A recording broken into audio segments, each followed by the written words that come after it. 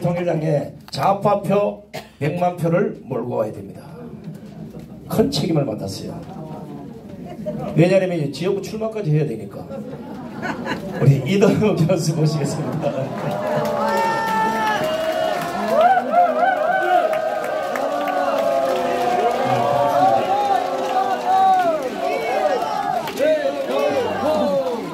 진보당이 해산되기 전에 13석을 얻었습니다. 그 방법이 뭐겠습니까? 연합공천했거든요. 근데 지금 서울에서 연합공천한 방법은 이겁니다. 서울에서 거의 상당수가 1000표, 2000표 차이로 왔다 갔다 합니다. 그러면은 여러분 생각해 보십시오. 서울에 투표수가 많은 데가 한 10만 명쯤 됩니다. 그럼 10만 명의 1%면 1000표입니다. 2%면 2000표입니다. 그러니까 지금 그때 당시 통합진보당이 서울에서 한 2% 정도 3% 왔다 갔다 했습니다. 그걸 가지고 만약 통합진보당 후보를 냈거든요. 연합공천 하지 않으면 민주당이 서울에서 곳곳에 떨어지게 생겼습니다. 그래서 이 통합진보당이 민주당을 협박해서 호남에서도 지역구를 얻었고요. 그 다음에 비례대표도 많이 얻었고 수도권에서도 몇 석 얻었거든요. 그래서 13석을 얻었습니다. 여러분, 우리가 지금 정광훈 목사님이 이야기하는 자유마을이 어떤 위력이 있는 것 같습니까? 제가 국민의힘 당협위원장 3년 했습니다. 그리고 여의도 연구원장, 상근 부원장도 했고요. 원장 대행도 했습니다. 지금 국민의힘 당의 실태를 누구보다 잘합니다. 거기요 여러분, 구의원 그리고 광해의원 빼고 나면 조직이라고는 하나도 없습니다. 맞아요. 여러분, 지금 우리는 각 동별로 지금 조직이 있습니다. 이 조직이 여러분 만약에 선거에 투입된다고 생각해 보십시오. 우리가 5% 10% 얻으면 국민의힘은 절대로 우리와 연합하지 않고서는 절대로 이번 선거 승리할 수 없어요. 여러분 어떻게 생각하십니까? 우리가 자유마을을 보다 더 열심히 해야 될 이유가 바로 여기 있는 것인데, 여러분. 그리고 만일 우리 자유통일당이 수도권이나 핵심되는 지역에 부산도 왔다 갔다 하는 지역 많습니다. 이런 지역에 우리 후보를 내서 만일 10% 20% 우리가 그들과 경쟁하고 있다면 국민의힘은 우리랑 연합하지 않고서는 절대로 못합니다. 거기에 저는 우리가 적어도 이 선거를 우리 자유통일당이 기필코 여의도에 들어가는 전략이 핵심이 숨어 있다고 생각합니다. 여러분, 이렇게 되면 정치는 바뀔 겁니다. 1961년 5월 16일 박정희 장군은 목숨 건 각오로 한강대교를 건넜습니다. 대한민국을 가난에서 구출하겠다는 목숨 건, 그리고 부정부패로부터 구출하겠다는 심정이었습니다. 이제 우리는 이 자유통일당을 통하여 박정희 대통령이 목숨을 걸었던 그 혁명 유신의 심정으로 우리는 오늘 이 자리에 서야 할 것입니다. 그리고 우리가 가는 그 목표는 첫 번째, 우리 대한민국을 세계 최인류의 나라로 만드는 것입니다. 그리고 또 하나, 이것을 가로막고 있는 저 김정은을 무너뜨리고 통일을 이뤄내는 것입니다. 그리고 현재적으로는 우리를 지긋지긋하게 대한민국을 가로막고 있고 곳곳에 대한민국을 망치고 있는 주사파 세력을 척결하는 것입니다. 여러분, 이 전쟁이 우리 눈앞에 가려 있습니다. 여러분, 전쟁은 장수가 있어야 되고 전쟁을 이끄는 세력이 있어야 됩니다. 바로 그것이 우리 자유통일당입니다. 여러분, 이 전쟁, 우리 대한민국을 세계 제1류로 만드는 전쟁, 그리고 북한을 무너뜨리고 자유통일을 이룩하는 전쟁, 주사파를 무너뜨리는 전쟁에 자유통일당과 함께 가십시다. 감사합니다.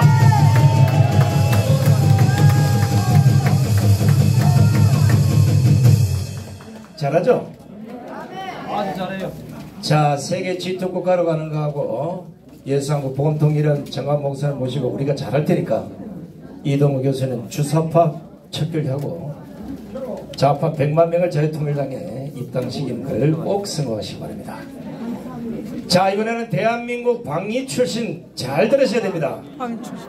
이분을 생각해서라도 오늘부로 전부 자유통일당으로 들어오시기 바랍니다. 우리 방위사령관 김학선 교수님 모시겠습니다. 김학선 교수님 방위사령관. 이거 좀 치워주시면 좋겠네. 이거. 제가 지금 아직도 좀 이렇게 울렁증이 있어가지고 오늘 말씀을 잘 전할지 모르겠어요.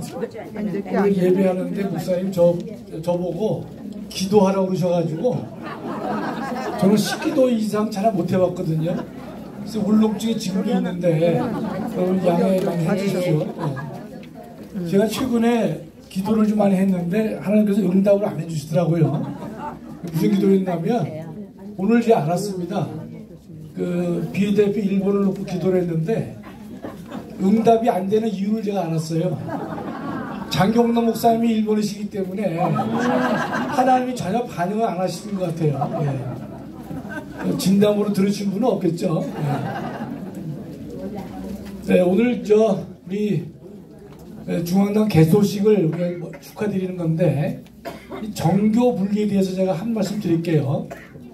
이 비전문가들이 정교 분리 얘기를 많이 하는데 오늘 계신 분 말고요. 제가 두 가지 차원에서 정교 분리를 말씀드릴게요. 한 가지는 헌법적 입장에서, 또 하나는 성경적 입장에서 정교 분리를 간단하게 설명을 좀 드리겠습니다.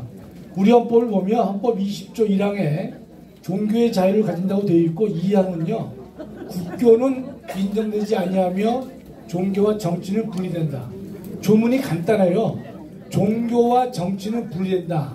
이 말밖에 없거든요. 근데 여기에 대해서 많은 사람들이 이 정치와 종교가 어떻다 계속 말을 하는데 쉬운 얘기, 가장 쉽게 말씀드리면 이 정교 분리라는 단어는 우리나라 헌법에만 있어요. 다른 나라 헌법에는 그렇게 정치와 종교는 분리된다 이런 표현이 없습니다. 없는데 결론은 이런 거예요. 정교 분리는 국가 권력이 정치에 관여하지 말라는 겁니다. 국가 권력이 정치에 관여하지 말라는 게 정교 분리의 핵심이에요. 반대로 반대로 종교가 정치에 관여하는 것은 허용되느냐? 허용됩니다. 그러니까 국가 권력이 종교, 특히 교회가 될 것인데 교회에 관여하는 것 하지 말라는 거예요. 간섭하지 말라는 겁니다. 반면에 교회는, 또 종교단체는요, 국가 권력의 개입이 허용되고 있어요. 그건 모든 학자들이 다 이렇게 일률적으로 말하고 있죠. 다만 주의할 것은 교회가 정치에 관여해서는 안 되는 측면도 있어요. 많은 분들이 모르고 있는데 교회가 정치에 관여해서는 안 되는 일이 하나 있다는 뜻이에요. 그게 무슨 건가면 예전에 중세시대 보면요, 교회가 국가를 완전히 컨트롤했습니다. 교회가 나서서 이혼 재판도 주관을 했어요. 각종의 재판을 교회가 담당을 했습니다. 교회가 직접 국가 권력을 담당을 했다는 뜻이에요. 두 번째로는 교회가 국가 위에 있었습니다. 중세 때 그랬잖아요. 교회가 국가 위에 있었기 때문에 그 이후에 많은 학자들은 교회가 그런 측면에서의 행동을 해서는 안 된다는 것이에요. 그러니까 교회가 국가 권력을 직접 담당한다든지 국가 위에 쓰는 것은 안 될 것이다. 그렇게 우리가 이해하시면 좋을 것 같아요. 두 번째로는요, 성경적인데 여러분, 그러니까 하나님께서는 이 우주와 지구를 창조하셨죠. 지금도 운영하고 계십니다. 그렇죠? 그러면 하나님은 교회에서만 머무는 하나님이 될 수는 없는 것이죠. 하나님께서는 교회 이외에 정치, 경제 모든 영역에 있어서 하나님께서는 주권자이시고 주관자이신 것이에요. 그렇다면 하나님 말씀에 저촉되는, 어긋나는 그러한 정치, 경제, 사회 권력이 있을 때는 교회는 나서서 그들을 대상으로 해서 싸워서 하나님의 나라를 만드는 것이 교회의 책무가 되는 것입니다. 그렇기 때문에 우리가 지난번에도 문재인 정권에서도 마찬가지였지만 문재인 정권이 교회를 핍박을 했단 말이죠. 교회를 간섭했어요. 그런데도 교회가 침묵했다는 뜻이에요. 그런 하나님의 말씀 위에 바로 선 것이 아니기 때문에 타당하지 않다, 이런 뜻입니다. 세 번째 제가 말씀드리고 싶은 것은요, 저는 개인적으로 기독교 정당 그렇게 선호하지 않아요. 저는 왜냐면 기독교인들이 정당을 세워서 정치에 관여한다 개인적으로 그렇게 선호하지 않습니다. 왜냐하면 기독교인들이 나서서 정치한다고 하면서 하나님 앞에서 본이 되는 일을 못할 수가 있기 때문에 저는 개인적으로 소극적으로 이해를 해왔던 것이에요. 그러나 제가 전광훈 목사님 하신 그 일에 대해서 제가 적극적으로 참여하고자 하는 것은요, 계셔서 그렇지만, 계셔서 민망하지만 사심 없이 예수 한국 복음 통일을 위해서 헌신할 만한 인물이 있기 때문에 제가 하는 거예요. 그러니까 다시 한번 말씀드려요. 전 다른 사람이 하면 저는 적극 관여 안 합니다. 제가 살면서 시민단체가 뭐 한다, 누가 뭐 한다, 그런 거 제가 전혀 믿지 않습니다. 어떤 사람이든지 간에 자신의 이익을 위해서 단체 이름을 빌리는 경우가 많이 있었지, 정말로 애국적이다 이런 사람을 찾아보기가 어렵다는 뜻이에요. 그래서 제가 괜히 저 교회가 또는 교인들이 뭐 정치한다고 해가지고 정당 만들고 국가일에 관여하고 그랬을 경우에 하나님의 영광을 가리울까봐 저는 개인적으로 바람직하지 않다고 봤습니다.